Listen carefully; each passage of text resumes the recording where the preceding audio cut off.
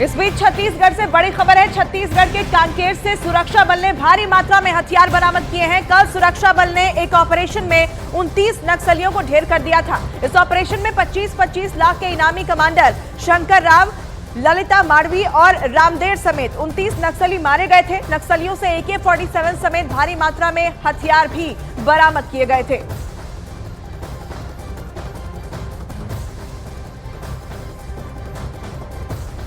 क्योंकि कल जिस मुठभेड़ के पश्चात AK-47 SLR INSAS 303 carbene 9mm pistol इस प्रकार के जो ग्रेडेड वेपन्स रिकवर हुआ थे। आमतौर पर ये सब जो सीनियर माओवादी कैडर्स या PLG फॉर्मेशंस द्वारा इस्तेमाल की जाने वाले वेपन्स है।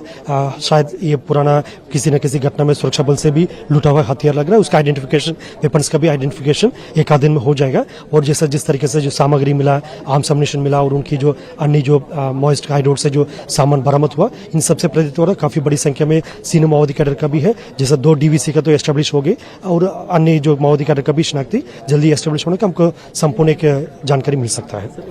सुरक्षा बल और नक्सलियों के बीच ये मुठभेड़ कांकेर के अबूझमाड़ के जंगल में हुई थी। अबूझमाड़ जंगल को नक्सलियों का गढ़ माना जाता है। सुरक्षा बल को जंगल में करीब 60 नक्सलियों के छिपे होने की जानकारी मिली थी और इसकी जानकारी के बाद सुरक्षा बल ने नक्सलियों के खिलाफ एक बड़ा ऑपरेशन शुरू किया और नक्सलियों को चारों ओर से घेर लिया गया। फिर मुठभेड़ के दौरान कई नक्सलियों को मार गिराया गया, जिनके पास से भारी मात्रा में हथियार बरामद हुए हैं। कुछ इसमें से ऐसे भी हथियार हैं जो लूटे गए हैं, जिनकी आइडेंटिफिकेशन की बात वहां के IG कर रहे हैं। 29 नक्सली मारे गए हैं। ये बहुत सफल ऑपरेशन है। 2 तस्वीरें आपको दिखा रहे हैं, वो तमाम वेपन्स जो उनके पास से बरामद किए गए, आप वो भी देख सकते हैं। तो नक्सलियों के खिलाफ ऑपरेशन के बाद गृह मंत्री अमित शाह का भी बयान सामने आया। उन्होंने कहा कि जब से मोदी सरकार बनी है, नक्सलवाद को खत्म करने पर काम किया जा रहा है।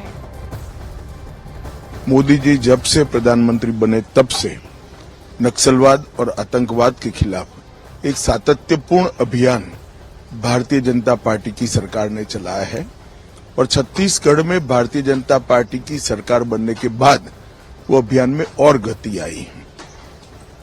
2014 से ही हमने कैंप लगाना शुरू किया था। 19 के बाद कम से कम 250 कैंप लगे और सुरक्षा वैक्यूम को खत्म किया है। अब छत्तीसगढ़ पुलिस का भी सहयोग जितना इच्छनीय है उससे ज्यादा ही मिल रहा है।